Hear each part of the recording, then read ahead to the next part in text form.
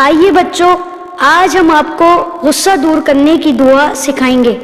حدیث پاک سے ایک واقعہ سنتے ہیں۔ آؤ دعا سیکھیں ہم، آؤ دعا سیکھیں ہم، نبی نے جب ایک شخص کو دیکھا، غصے میں جس کا چہرہ سرخ تھا،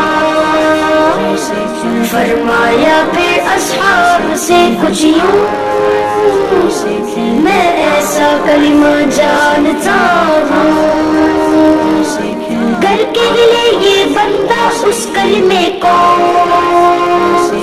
یہ غصہ اس بندے سے دور ہو۔ آپ کو پتا ہے وہ کلمہ کیا ہے؟ وہ کلمہ یہ ہے، اعوذ باللہ من الشیطان الرجیم، اعوذ باللہ من الشیطان الرجیم۔ بچوں کا مدنی چینل آ گیا۔